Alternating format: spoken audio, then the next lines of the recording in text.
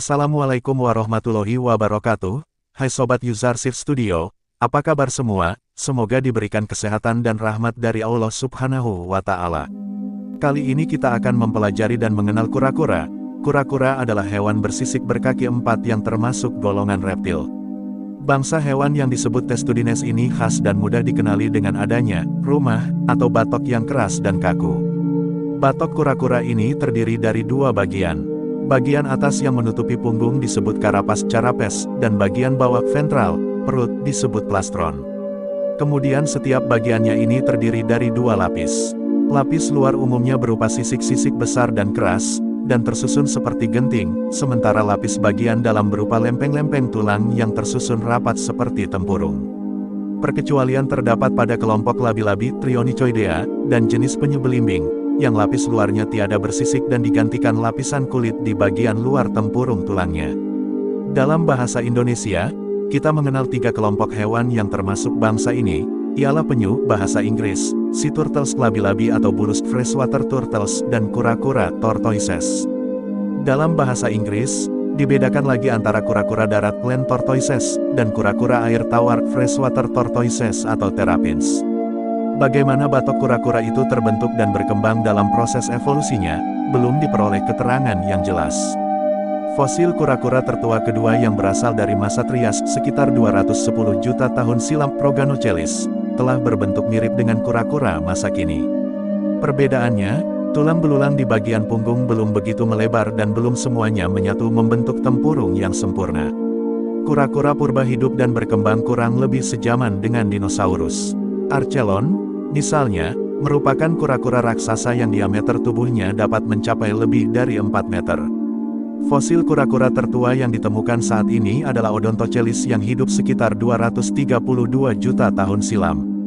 Banyak jenis kura-kura yang hidup sekarang mampu menyembunyikan kepala, kaki, dan ekornya ke dalam tempurungnya, sehingga dapat menyelamatkan diri.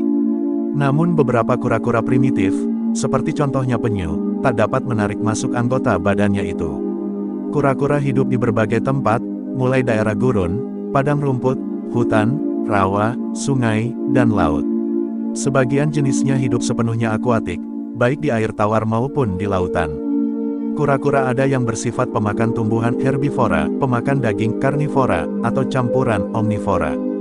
Kura-kura tidak memiliki gigi, akan tetapi perkerasan tulang di moncong kura-kura sanggup memotong apa saja yang menjadi makanannya. Ukuran tubuh kura-kura bermacam-macam, ada yang kecil ada yang besar. Biasanya ditunjukkan dengan panjang karapasnya, CL, carapace length. Kura-kura terbesar adalah penyu belimbing, yang karapasnya dapat mencapai panjang 300 cm. Labi-labi terbesar adalah labi-labi moncong babi, dengan panjang karapas sekitar 0,7 meter.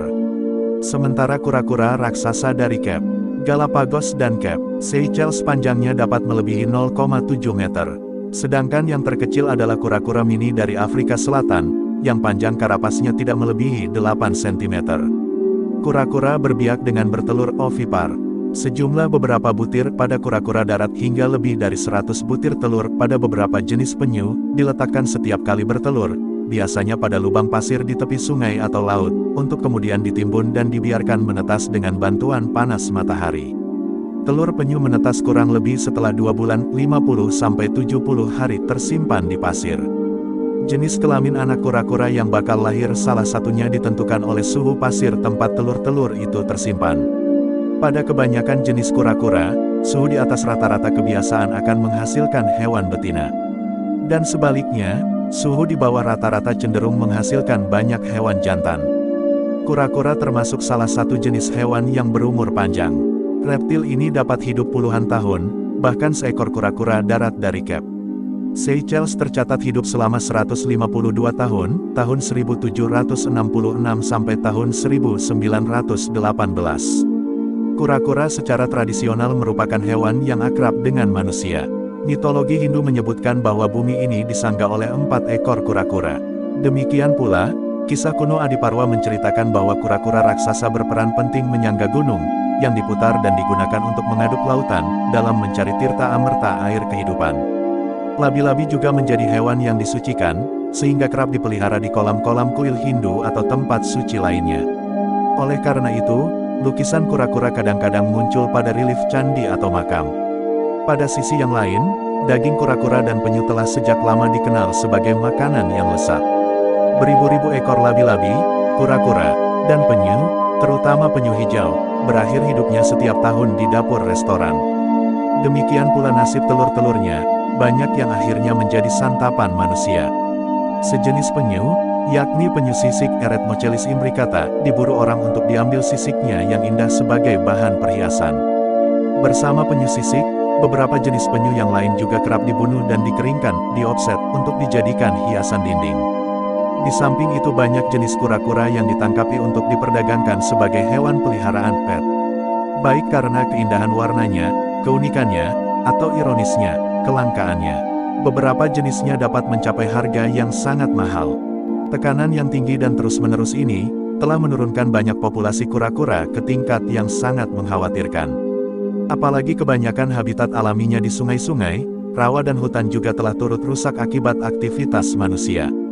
Di lain sisi, perkembangan populasi kura-kura amat lambat dan kebanyakan malah belum diketahui sifat-sifat dan kebiasaannya.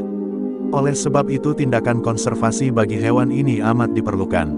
Dari semua bangsa kura-kura, hanya penyu yang telah dilindungi dengan cukup baik di Indonesia. Hampir semua jenisnya telah dilindungi oleh undang-undang. Banyak pantai peneluran penyu yang telah dimasukkan ke dalam kawasan yang dilindungi, seperti misalnya Pantai Sukamade di Jawa Timur dan Pantai Jamur Sba Medi di Papua. Meski demikian, penangkapan penyu dan pengambilan telurnya masih juga berlangsung secara ilegal dan sulit dihentikan. Diperkirakan terdapat sekitar 260 spesies. Terima kasih kawan-kawan Uzarsif Studio Serangga, sudah menyempatkan waktu untuk menonton video ini. Sehat selalu, dan jangan lupa tekan tombol loncengnya dan subscribe ya.